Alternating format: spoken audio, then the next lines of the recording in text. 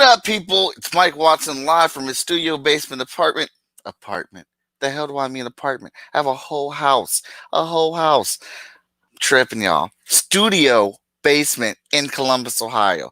Maybe I'm a little kaput, a little tired from yesterday's 6-hour, 100 episode stream finale Kickstarter launch day event. Yeah. Hey, yesterday was a beast, man. And I was very happy with yesterday, man. Yesterday jumped. I had some of the coolest indie creatives in the world on my show yesterday to help me celebrate 100 episodes and launching my Kickstarter, which is active and live right now. Let me get you that link so you guys can check that out. And I can be super honest. It is a little bit weird that I use this show to promote other people and everything they have going on in their Kickstarters, and now I'm using it to promote mine. It's just a little bit weird, but I'll get over that. So go check it out. It's live right now. We are just over 50% of our goal to launch this Kickstarter and stuff, and we got some sweet stuff that's on there. But this episode, I know I said yesterday was the season finale of season 3. These are like our MCU extended clips, our end credit scenes, as I will have a few more of these shows to go, which I in turn using to promote. But we got some really cool people that we want to still get on here before we start this massive, explosive, upgraded season 4 of Chat and Draw. And I'm very excited with some of the people that we have on here.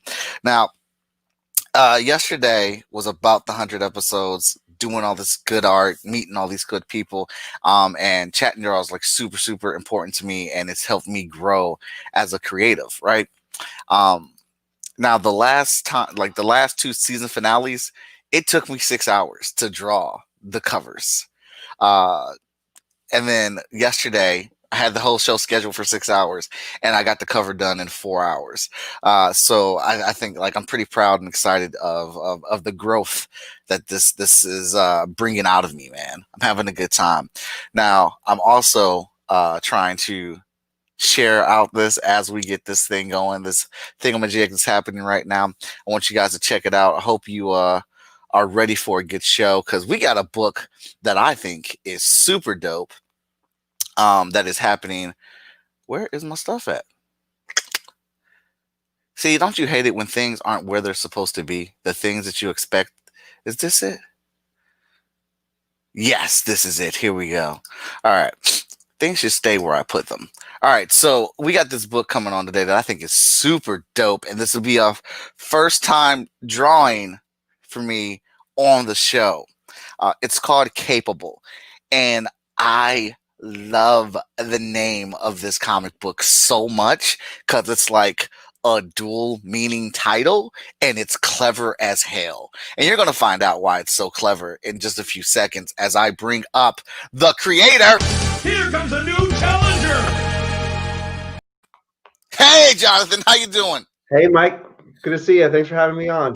Oh, not a problem at all, man. So like, I love the premise of this book, and actually right now, because I'm trying to do 2 things at once. I just pledged on your Kickstarter. Thank you so much. Awesome. I appreciate that. Got that bad boy going. I got all 3 of the digital books because I need to get caught up on the whole thing. Nice. All right. Yeah. Okay. So, and then I want you to tell everybody who you are, why you're here, and what is this book capable about. All right. So my name is Jonathan Hedrick. I'm a comic book writer and creator. I've had several comic books out there, Freak Show Princess, Freak Show Knight, as well as The Recount, which is behind me from Scout Comics. And I'm here to promote my other series that's called Capable, which is a superhero comic book about a world where one day people with disabilities suddenly gain superpowers that are opposite of what their handicap was. So throughout the series, we follow the main character, Derek Davidson, who used a wheelchair until he gained a speedster type ability. And we're going to see him throughout this story of how he deals with these newfound powers and the world around him, how they're adapting with it. Because as you might imagine, some people aren't going to do the right thing once they become superpowered. So there's going to be lots of cool bad guys, lots of cool sidekicks, and things like that. If you're a fan of X-Men, Teen Titans, Runaways, those type of series, I think you'll really dig Capable. Awesome, awesome. And I'm digging it already. Thank you. I think that concept is super refreshing and super dope. Yeah. Why? What's the origin story of this book? Why did you go in this direction to feature uh, challenge characters? Yeah, the superhero trope is always a someone that's usually kind of mild mannered, and their opposite is their superpowered persona. Like Superman is this incredibly strong, chiseled dude, and then his alter ego is Clark Kent, who wears glasses and hides behind this facade that he's a like a weakling or just a mild mannered reporter. Well, I really wanted to kind of remove that common theme with superheroes and make it so that these individuals who've lived a life of the challenges of being someone with a disability all of a sudden are uh, have a quantum leap towards the polar opposite of what that life is going to be like, but still have the ramifications and the thinking of those challenges. So, like I mentioned, the villains in this series are going to be taking action based upon the life that they've lived. So I think there's a lot of story that can be told with taking people with disabilities and making them have superpowers because it's everyone. A lot of people can identify with a disability. They may not make that their whole identity, but they can appreciate what it's like to have something different in their world. So I just think it's a real relatable concept, and it's fun to write. To be honest with you. Awesome. And I'm just going through your Kickstarter page here, and I Mm-hmm. love the Flash homage cover. Yes, yep. That's my buddy Dirk Grob. He's an artist in my area, and really wanted for issue 3 to do something clever with the homage covers and the Flash of both worlds has Barry Allen and Jay Garrick on the cover, but I thought it would be really cool if Derek was on both sides of it, and it's Derek in the wheelchair, Derek as a speedster, to kind of uh, you know capitalize on that theme that he's still the handicapped person inside of him, even though now he's superpowered. Hmm. Yeah, I think that's really dope. That's pretty clever right there. Thank Um, you. so, how long have you been working on this project? Capable. I probably wrote the first issue mid 2019. So, and I Oh, just okay. finished, yeah, I just finished writing issue 4, and I sent it to my editor last week. So once I get that back from her, it'll be full steam ahead on getting issue 4 in production. There was a little bit of a delay between issues 2 and 3 because of a lot of my other projects I have going on. It was done for a while, but I had this gap in between promoting issues 1 and 2 of the recount. So I thought, what a best time to run a Kickstarter campaign when I have enough time to promote it and fulfill the rewards as well. Hmm. Awesome, awesome, awesome, awesome. So let's talk about the characters of the show. Like, Mhm. who's the main cast? Mhm. How did we create these characters, or how were they selected to Yeah. lead the roster of the book? Our main character, Derek Davidson, the individual with the wheelchair that becomes a speedster. I really modeled him after the Miles Morales version of Spider-Man. I think I had just recently watched Spider-Man Into the Spider-Verse, so that Hmm. was really in the front of my mind. And I thought that just we don't see enough characters like that in comic books. We're starting to see more and more diversity in comic books, but no, I already have a theme of disability, and why not add more diversity? I just wanted to, go all in. Um, he's our main character, and other people we see is his buddy Harry, who is also disabled and uses crutches. He becomes a speedster as well. They're best friends, but they have opposite personalities. Derek's very introverted, and Harry's very extroverted. And Hmm. when we see how they react to their new powers very differently. Then Derek has a love interest, of course. You can't have a story without a love interest. Her name's Erin. She's your typical quiet, nerdy girl with the multicolored hair. Um, and then there's also the typical high school bullies that Derek has to deal with. And just because now he's superpowered, those bullies don't go away. They're still very present in his life. Hmm. That's the main cast. For it, only 3 issues out there. I'm still building upon all the characters that we're going to see, but I want to make sure everyone gets fleshed out accordingly. All right. So you said typical bully, Mm, love interest and stuff.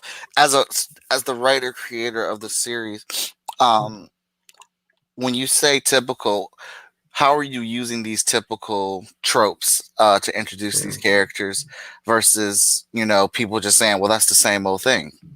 Right. Yeah, that's a good question. I really had to pull from my own experience.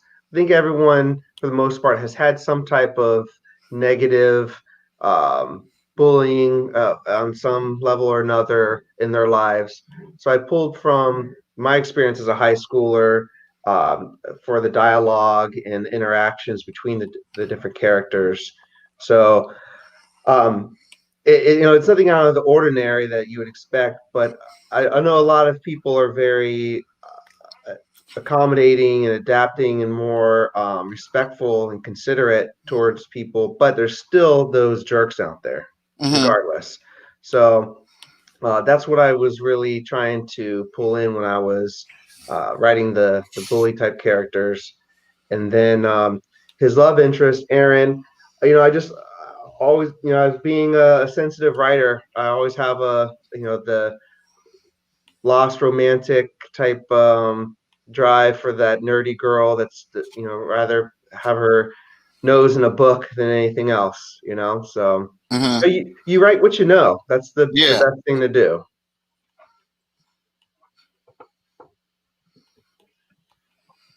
All right, I can understand that. Yeah. How many issues do you have this book planned for? The first arc I'm planning for about 7 issues. Okay. Every time I write another issue, I gain another issue into the arc. Um, I would love to see this as an ongoing series, so I don't have a very solid end to it, which is great because that means I can just keep on playing with it as long as I want to. Um, but yeah, capable. It can go on for a long time. I'm hoping that it can be multiple volumes, but at least 7 issues is what I have outlined for now. Okay. Yeah. Go back to my blue. We can get rid of that one. Sorry, I'm talking to myself while I figure It's all this good. out. I know Oh you're working shoot! your magic. I just realized it wasn't even up here. I'm sorry. I'm afraid I just started working and it wasn't even up here. Oh wow. All right.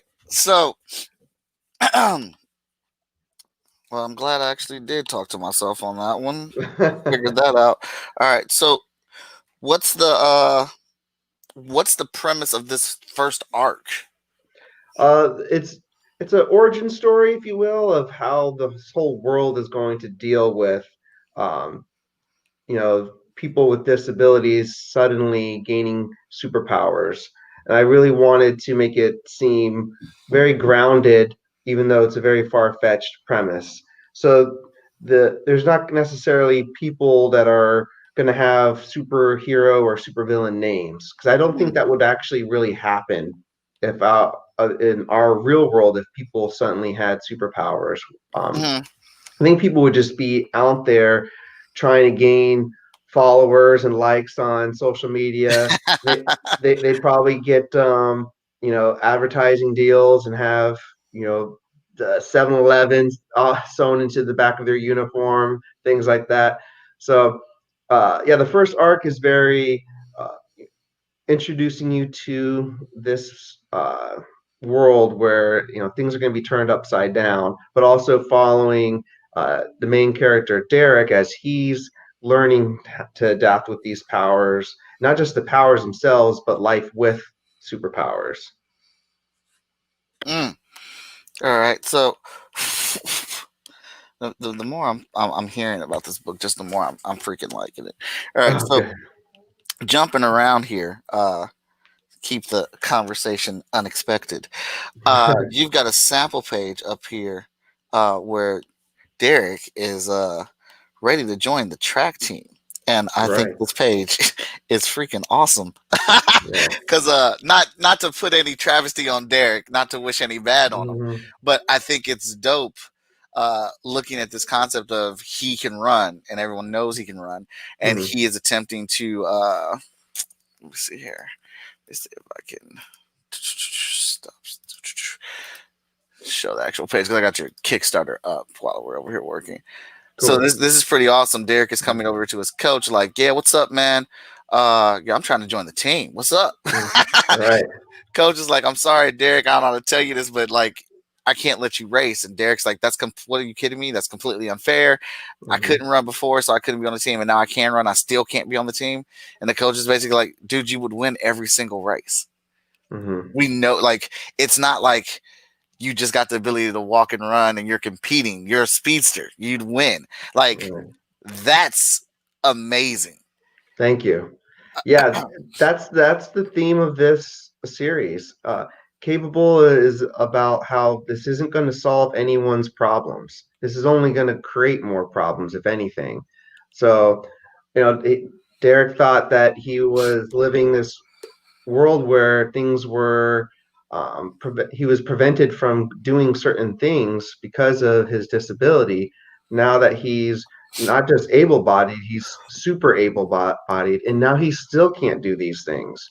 So that's the real tragedy of it all. Um, and I really, in issue 3, I wanted to highlight that he's this struggling around every corner of his life. Hmm. Friends, family, school, and yeah, it's not a cakewalk whatsoever. Now, I'm petty. These kids seem like the same type of kids that were laughing at him when he was in a wheelchair, and are Correct. laughing at me when I'm a speedster. I would have stripped all their clothes off of them and left them there naked. Yeah, did you read issue 2? I have not gotten to read issue 2 yet. Okay, it's pretty interesting that you said that. Wait till you read issue 2. Yeah. Mm, Yeah, it's a even though there's some serious themes in this series, it's a lot of I think it's a lot of fun high school type storytelling as well. hmm. Uh, I I like to think that that '90s Robin solo run Hmm. um, it was has a lot of influence on me on this series because I love Chuck Dixon, his Batman comic books, and I was a huge fan of the Tim Drake Robin and Nightwing, all those books. So the younger versions of the superheroes is what I really grew up with. So I kind of channeled that solo Robin series in this book too. All right, that sounds like fun. Yeah, All right, so and I had my second question, and I'm trying to do that thing where I'm listening and taking in your answers, besides just generating sure. questions in my head. I get it, man. But I'm trying to keep them ready for when you answer them. It's a challenge, yes. Um, now I'm trying to recall what it was. Oh, okay. So a question that I do like to ask that I have not asked in a while. What would be Derek's favorite food And what would be his favorite movie? I think Derek's favorite food would be Mexican food, Hmm. tacos and burritos. You know, when I was a high school kid, we had a Taco Bell in that when you exited the high school property, you had to drive past this Taco Bell, and Hmm. it was obviously very strategically placed by the Taco Bell Corporation because but if you had $3, $4, you were living like a king at Taco Bell. Hmm. And I would think with him also, you know, not just being a high school kid going through puberty, but having like a heavy, fast acting metabolism for a speedster, Taco Bell would probably be his go-to food, so he can get some dollar menu items and fill up fast. Okay. And then you said his favorite movie. Yeah. Uh, I imagine him as a very old school Star Wars fan. The episodes 4, 5, and 6, and he's faithful to those and nothing else. Maybe he's okay with the Mandalorian, but that's about it. I hear it. I hear it. That's what's up. Yeah, yeah. Okay, so how is his at home life? It's a tragic, sad at home life. His mother passed away when he was very young. I'm going to be fleshing out that story in a future issue. So he lives at home with his widowed father, who works full time, and they don't really see each other that often. But there's a struggle, father and son struggle at home because his father works in security, so then he sees his handicapped son all of a sudden being involved with these dangerous activities of, uh, you know, buildings collapsing in on each other and bank robbing and things like that. And Derek's in there trying to save the day, but he's also wants to, you know, Derek's father's main priority is keeping his son safe, regardless of the superpowers or not. Hmm. So in issue 2, we see some of those frustrations that Derek has. Again, now I'm superpowered. I'm still being treated like a kid, and I can do these things. So a lot of some good storytelling can come from this. It's been really fun to write. So I I like that concept. So his dad is fully aware of what Derek's trying to do. Yeah, in this world, when there's no like, oh, I'm gonna put on a mask and be a superhero. It's very accidentally happens, and people get or know that you're a super powered individual. There's no hiding behind any costumes. So it this is the world where everyone has a camera, and there's cameras attached to all buildings at all angles. So there's no hiding from it. So we're going to see the risks and consequences of that in this series too. Okay. So mm, mm, mm, mm, mm. so with that risk and stuff like that, that you guys aren't hiding it. How active is Derek? Like, is this Derek's goal to, I know you said there is no superhero s type of thing, but what's Right. Derek's plan? I guess his plan would still be a normal high school kid, but he's trying to be humble about it. But at the same time, it would be really challenging for a 16-year-old high school kid to not want to flaunt it at the same time. Hmm. So, I've wanted to focus on a character that does have some morals, some good ethic, principles that wouldn't take advantage of these powers. Hmm. But at the same time, he's is a high school kid, Right. so he is gonna walk with his chest down a little bit more. But if he sees someone in trouble, he's gonna intervene, regardless of his own safety as well. But he might handle it better than someone else who also has, still good intentions, but he's still a kid at heart. Hmm.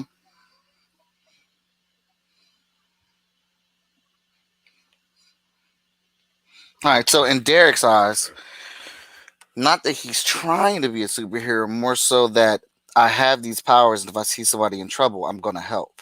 Right. That's right.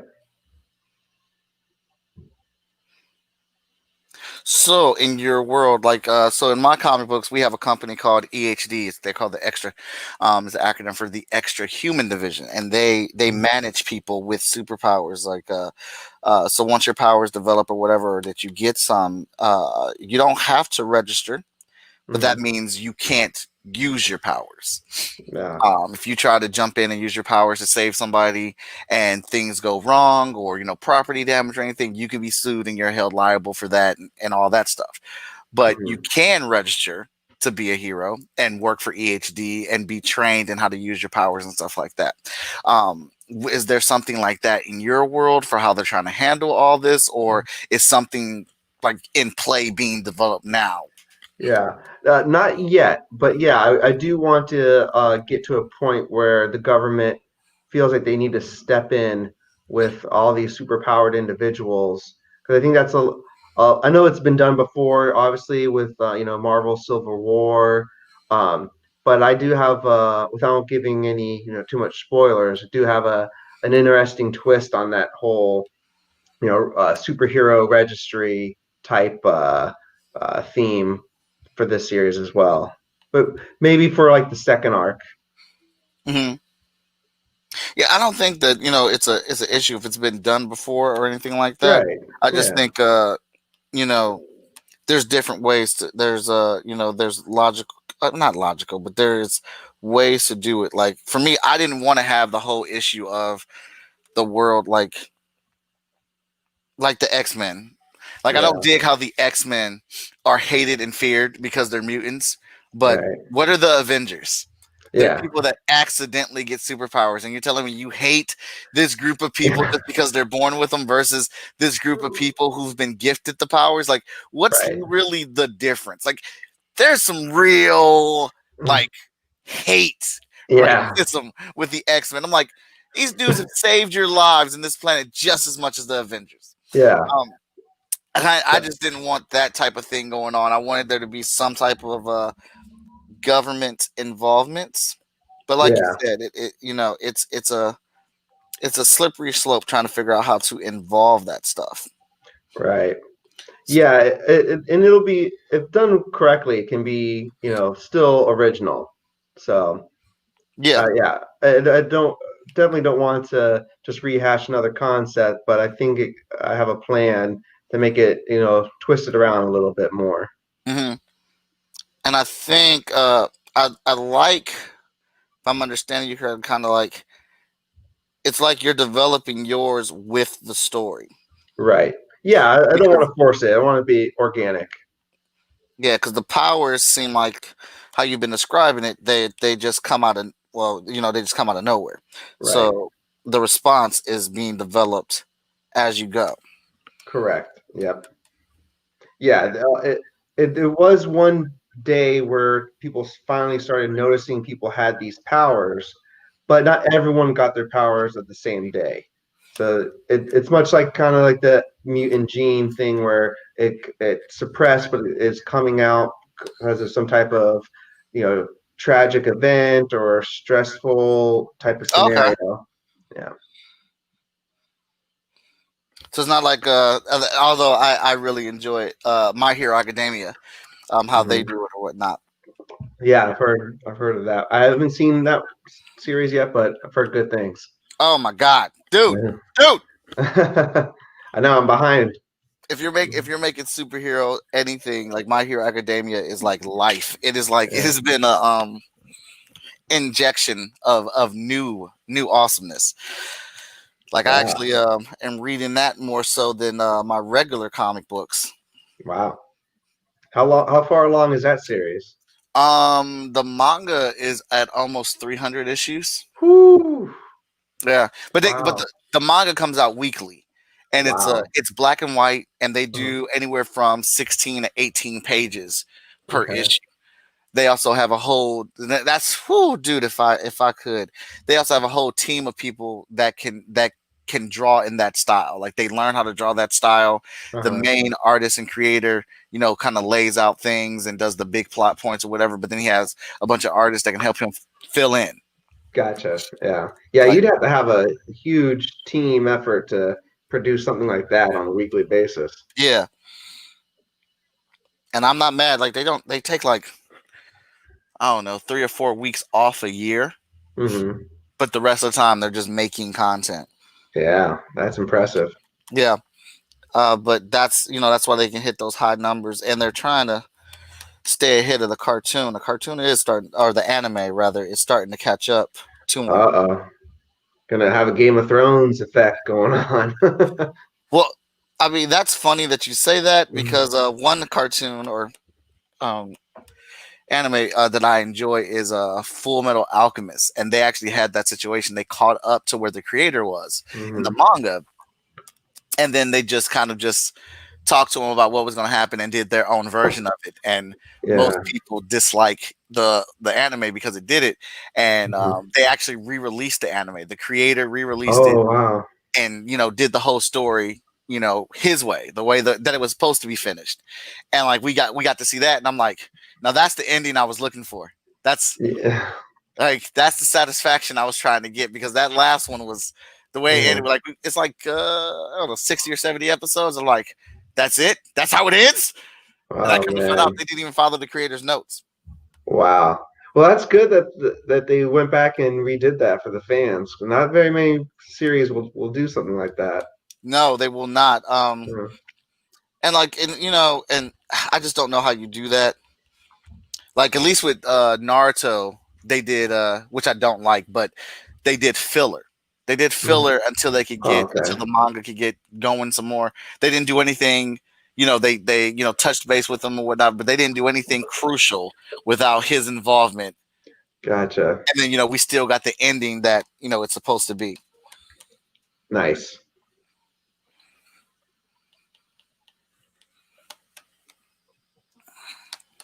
Man, I can say, and I say it every episode like a broken record, but I do enjoy drawing these damn characters.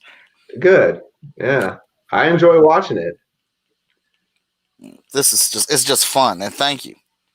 Yeah, I mean this chat and draw concept is fantastic. You really got a good thing going with this. The people creators get to come on, promote their stuff. People get to watch you draw. It's a win-win.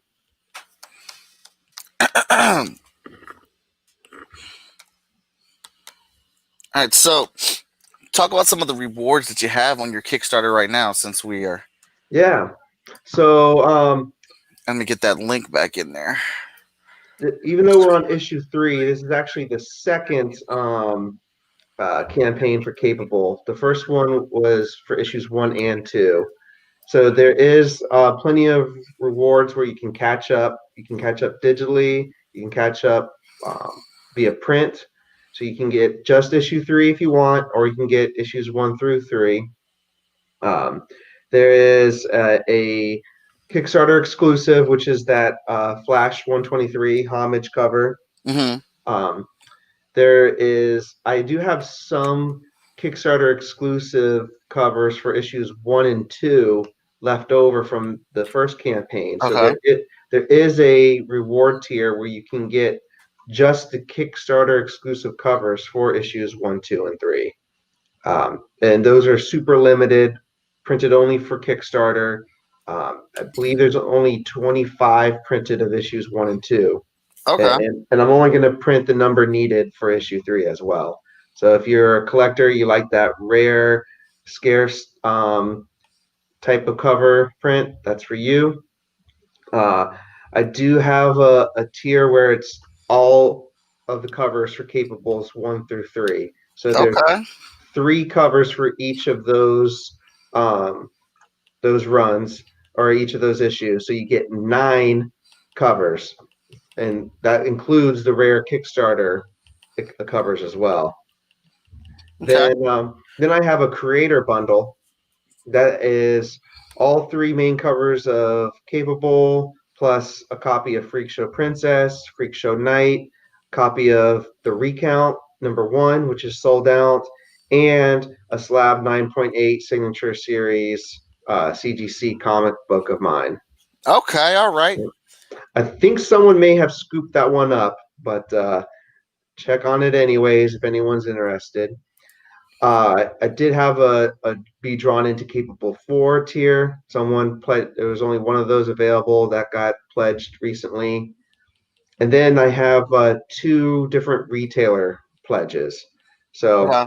I have the uh, a retailer pledge for 30 copies, and they can pick whatever amount they want between issues one, two, and three. So if they want 10 of one, 10 of two, 10 of three, they can do that, or they can mix up the ratio. Okay.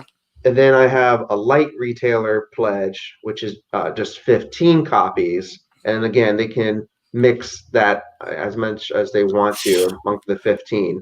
And I really wanted to do that because I've had retailers back me before for capable. So Hmm. they may not want to go as heavy on issues one and two if they've already carried that in their store, if they have any issues left over.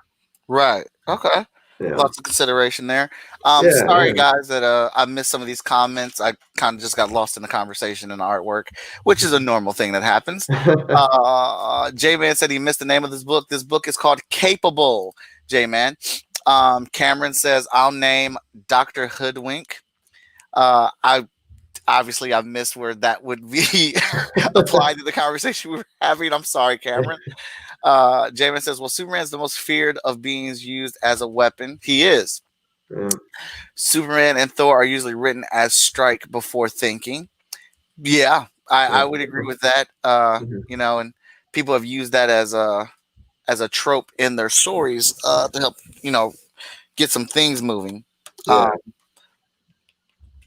But I do dig and I miss it actually that Superman was trained how to fight by Wonder Woman. Was shown some stuff by Batman, Mhm. um, but Wonder Woman can still kick his ass. Right, right. Yeah, they don't like to mention that much in the live action stuff, do they? Dude, Mm. it's absolutely annoying. Yeah. Because now don't get me wrong, I actually do really like Gal Gadot as Wonder Woman. Mhm. But she's not the Wonder Woman that I wanted. I wanted Gina Carano Yeah, to play Wonder Woman. Um, she would have been a good fit. yeah, and I know people said that Gal Gadot was in the military. She took Krav Maga, whatever it is, Mhm. and that's cool, man. She doesn't look like an intimidating force. Right. Now, and I admit, in the movie, she is amazing in the role. It absolutely looks good. Now, I can Mhm. admit that. But Gina Carano is a beast. Oh my Yeah. god! Like, dude, she had a movie. I forgot what the name of the movie was, but she beat up like five of the live action movie stars that do all the action movies, and she like whooped them, and it was completely believable. Like she was, I think it was Hardwired or something like that. Yeah, that sounds familiar. Yeah, I had Michael Fassbender in it and Yeah. Channing Tatum. Yeah. Yes. Yeah. Dude, she unleashed the ass whoopings in that movie. Like Yeah. it was so like I've never seen a movie where the main protagonist gets coffee thrown in their face as a distraction, like hot boiling coffee. And like your Yeah. man Chatham was nervous the whole conversation. Like Yeah. he did not want to be the guy that had to bring her in. Right, right. And Gina sold it. Like she absolutely sold it. Like I'm not a big fan of Ronda Rousey, but like in Fast and Furious, that fight scene with her is Yeah. the dopest fight scene in the movie. And Yeah. it's dope because she's a UFC fighter that is continually, fighting. And I'm not trying to take any credit from her training or whatever. My preference would be Gina Carano. That's all. Yeah. Yeah, it would have been a good fit.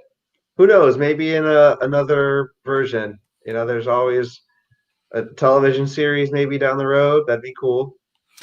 Oh, that would be cool. But Gina's I don't think they'll do it. Because Yeah. Gal Gadot is great. Don't get me wrong. She is.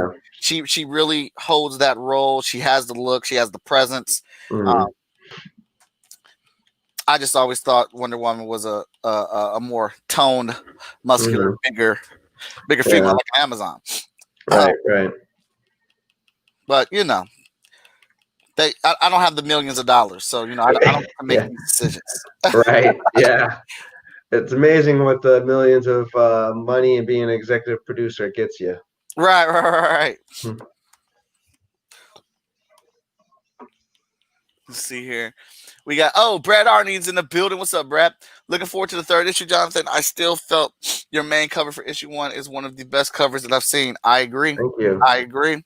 Yeah, that was a fun cover. The interior artist Gino Casmianto and colorist Priya Pillay. We went back and forth multiple times trying to nail that down. And when we got it, it was perfect. You know, it really highlights that double meaning of capable. And yeah, I'm hoping to stick with the shadow theme throughout the series as long as it doesn't get played out too much and it's not forced. Hmm. Yeah, man. I'm looking for the day that you get picked up for your TV run because this is a great idea. This Thank has you. TV show written all over it. Oh, that'd be amazing. Mhm. That'd be a dream come true for sure. So do you make comics in the intention of trying to get them picked up or greenlit for shows, or are you just making comics, just to expand your brand of comic book making? Yeah, I would just say expand the brand for you have to really celebrate the small wins when Hmm. it comes to creating comic books because if you have your mindset too far down the road, then you're going to get heartbroken really fast. Hmm. So I was explaining to someone earlier today that I consider just getting the comic book back from a printer as a huge win. That's a milestone when it's tangible, when it's in my hands and I can flip through the pages and see the finished product. That is the main goal right there. And now I can share it among more people and I can mail it to them all over the world and they can read this. Anything else after that, getting it published, and that adaptation into a TV or movie series, that's all extra. That's all, icing on the cake, confetti, cherry on Hmm. top. But, Okay. you got to have the main portion of it complete. And yeah, I write and create towards that first. Okay. Yeah. I think there are some properties out there you can kind of notice while you're, reading it that, oh, they're trying to skip ahead. They want the source material first, but their main goal is to something much larger than this, and sometimes that doesn't get executed properly.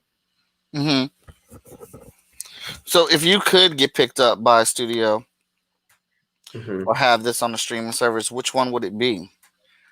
Ooh, well, I would love to see it animated more than Okay. anything else. I think this would be really cool, CGI animation. And I mentioned Into the Spider-Verse before. I think that'd be a cool style for capable. Um, Streaming service, I don't, Netflix is all, that's the big dog. That'd be nice. Hmm. Um, Disney would probably mean that, a lot bigger paycheck though. You think so? Yeah, but that's pie in the sky for now. I would love for that to happen, but got to put out these comic books first and make sure people like it, and if the comic books fire, then everything else will come after that. Right. Okay. I like that. I like that. If the comic book is fire, everything else will come after that. Yeah. Oh, I got scared for a second. I had to make sure I was drawing on the right layer. Whew, shoot. Uh, So what would be your perfect setting for this? Like, what would be the perfect end game for you and this series? oh man, I would love to be able to put this out monthly and Hmm. just have capable of being an ongoing series at that distributed to comic book stores. Right now I'm trying so hard to put this out twice a year. And because it's written in ongoing series format, not in a mini series. I think that's harder to pull off when people can only get it through crowdfunding campaigns. Because I do write with a cliffhanger at the end of every issue. Mhm. I feel bad for the people that are really devoted for the series and have to wait months for the next issue to find out what happens, and then they got another cliffhanger at the end to deal with. Mhm. But it gets people, you know, invested into it, and yeah, I appreciate everyone who's backed and pledged and picked up a copy. But yeah, I would love for this to be an ongoing series with someone, but it takes a lot of work before that anything like that can happen. Okay, what do you think you need to have to accomplish making this an ongoing series? I would definitely need to have about 5 to 7 issues done first Mhm. to show a publisher what the arc is for this first volume, and let them know that there is a real thought out storyline going. It wouldn't make sense just to send them the first issue. They need to know that there's some quality writing, quality storytelling. Then I would need a lot of upfront cash. Mhm. For me writing it, it only takes me a few days to a week to write a script. Okay. But my artist who would be happy to get paid regularly, I would probably need to work something out so he can maybe just do pencils and then hire an inker to come back and so he could get this done on a monthly basis. So the upfront cost is a challenge to making these quicker. Okay.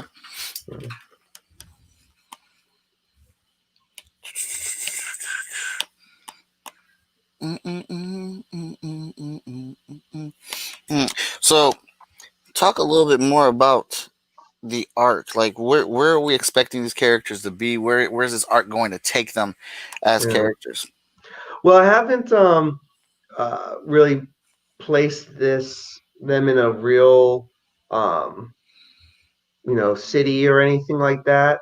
Hmm. It's kind of open ended for now, but it's my first issue was very bright. It took place during the day. And then issue two, we had some darker themes, so we saw some things happen at night.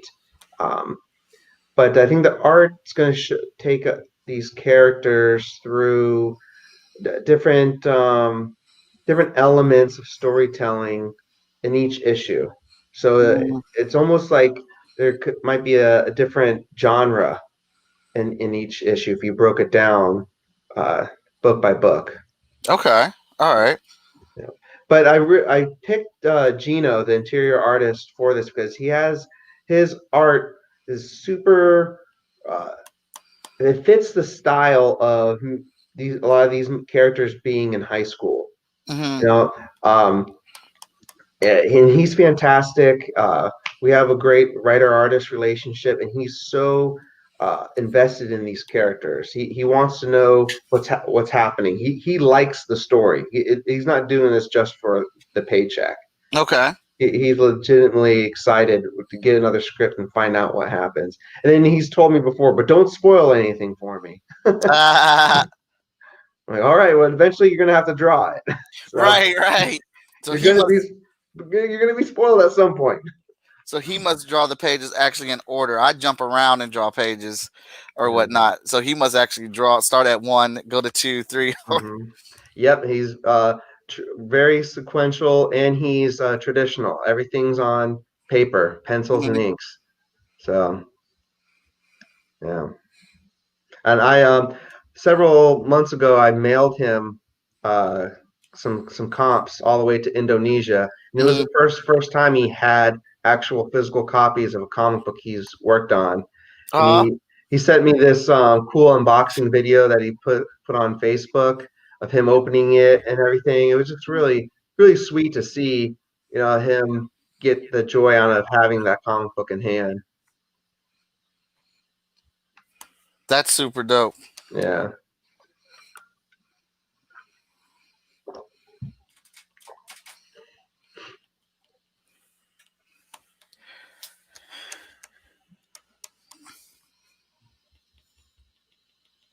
And how long? How did you find your artist? I found him on a Facebook group. I think it's called Connecting Comic Book Writers and Artists, something Okay. along those lines.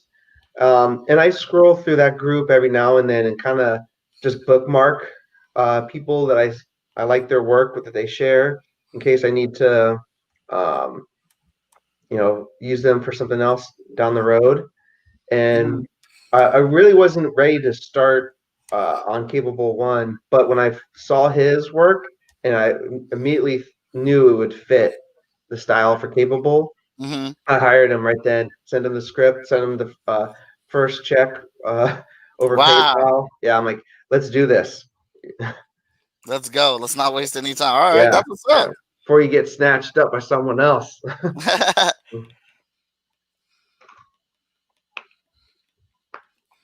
So how long did it take you to find them? um, It sounds yeah, like you had a very clear idea of what you wanted for the artwork. yeah, it happened accidentally. I really wasn't looking for. I wasn't scrolling through that Facebook group on that particular day to lock down an artist. But then, like I said, when I saw his sample work, I just had to have him then. So I did start that project earlier than I planned, but it Hmm. all worked out. You know. Right.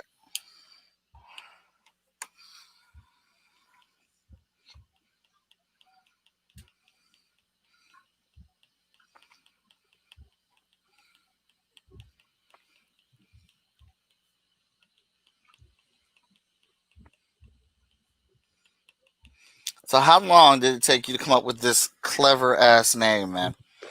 It probably just came to me randomly one night. I do all of my brainstorming in bed when I can't shut off my brain.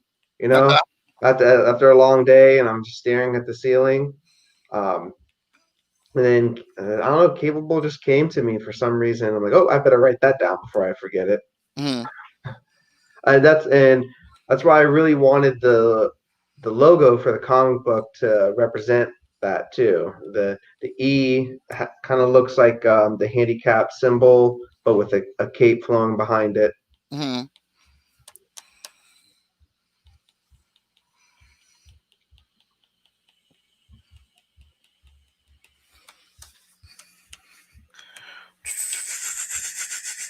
Get this brush here.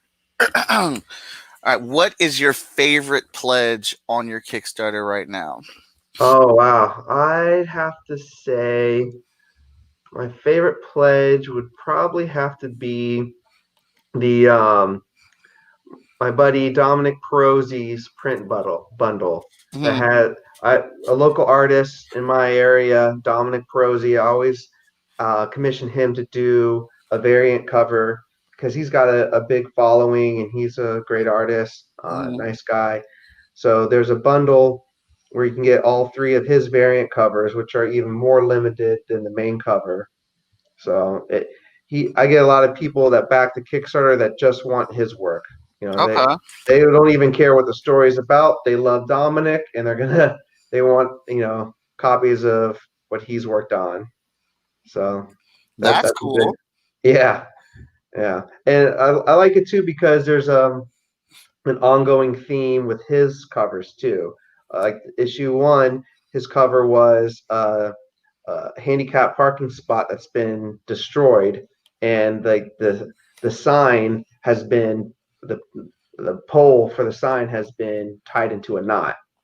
And then Hmm. issue two is a handicapped school bus that's been blasted by a laser beam, if you will, and smoke is rising from it. And Okay. then issue three is a fist coming down on a pair of glasses on top of the school desk. So that's like we're going to continue um, this theme of his covers being like a symbol or something that is associated with disabilities or handicaps, but being destroyed. Hmm. Mm, I got you. I like Yeah. that. So that's a lot of fun. I like that a lot.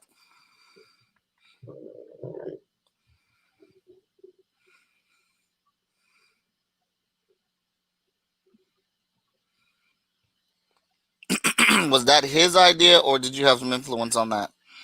I give him mainly what I'm looking for, and then he put some input into it as well, and what he can do from what his abilities are as an artist, and then we Hmm. kind of you know come to a compromise Okay. that'll be best for the series. But he has a lot of fun with it, so I'm glad we've been able to work together.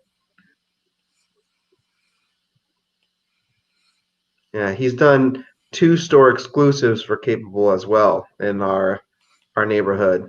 The store Okay. has, yeah. So there's actually more Capable covers out there, but I just can't put them on the Kickstarter because it's exclusive somewhere else.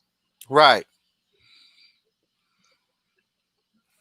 I like the wheelchair in the background. I love it. You said you wanted him jumping out that bad boy. Yep, yep, And then we get rid of that. So we get rid of that. And there you go, man. Capable. woo, See love that it. replay. Nice. So why don't you go ahead and I got your Kickstarter back in here. All Okay. right. Go ahead and check out the Kickstarter for sure. Tell everybody where they can find you and why they need to pledge to your Kickstarter, sir. Yeah, I'm Jonathan Hedrick. You can find me on Facebook, Instagram, and Twitter. Please back Capable #3 on Kickstarter because it's a really cool comic book series. It's not like anything else you're gonna see out there coming out from the main two or even the small press indie books. I have a lot of heart into this series. I really believe in it. A lot of people that have taken their chances on it have come back to me and said how great they think the series is. So I think you will too. Awesome, awesome. I really dig it. I really dig this story. I really dig the idea behind it or whatnot. Thanks, And Mike. getting to actually sit down and talk to you about some of the concepts and story things that you have going on here, man. I think they're really strong, and it is Cool. different from any other comic book that we've seen with the superpowers or superhero Yeah, trope. So I got three things with helping out with Kickstarters. First off, the easiest thing is jump on the Kickstarter and pledge at the level that you want to pledge. hmm, Secondly, if you don't have any money, money's tight. I completely understand that. We are going through a pandemic and things like that. But even a dollar helps. I did a fundraiser in one day for FSK Day for just asking people to donate at least $1, and we raised $800 wow. in one day. So we're creators, man. We're independent, and we're trying to make our stories come to life. So we're not going to turn away any money that you were willing to give us to help us make these things come true. And the final thing, which is the easiest thing to do, is share and advocate for it. If you've enjoyed this conversation with Jonathan, if you've enjoyed the story or the principal ideas of the story that he has going on here, then say that. Put that on your Facebook. Put that on your Instagram. Yeah, Take the link and say, "Hey, I'm not a comic book person, man, but this idea, this guy that I heard talking about this, they seem really cool. And if you like comic books, I would advise you to go check this out." thank you. So I appreciate that, Mike. it's not a problem at all, man. This is a fun one to do, and you helped me out by giving me the idea. So Cool. I just had to figure out how to execute it. So it saved me some time. You did it executed perfectly. Thank you. Because Yeah. normally I'm coming up with the concept and trying to Mhm. draw it on the show, but you emailed me and said, "Yeah, if we could just have him jumping out the chair like in full blast, easy." Yep, done. Let's go Awesome. ahead. All right. Well, go ahead and give him a follow. I just put his social media links in there as well. I want to thank Jonathan for being on this extra episode of Chat and Draw. Be sure to give him a follow. Check out his Kickstarter, and there's actually a very affordable pledge.